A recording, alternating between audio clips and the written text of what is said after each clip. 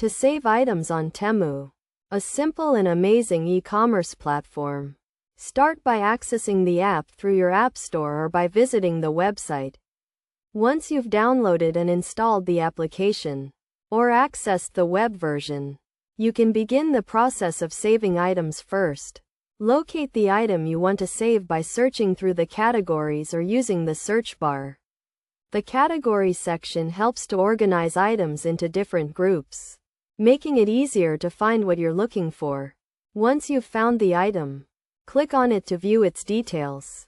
On the items page, you'll find a save icon, which is usually a heart. Click on this icon to save the item to your wish list. All of your saved items can be found by navigating to the wishlist section, which is located under your profile. This process is straightforward, and Temu's platform allows you to purchase and sell products with ease. With its user-friendly interface, you can access a wide range of items, read reviews, and save the products you're interested in for later.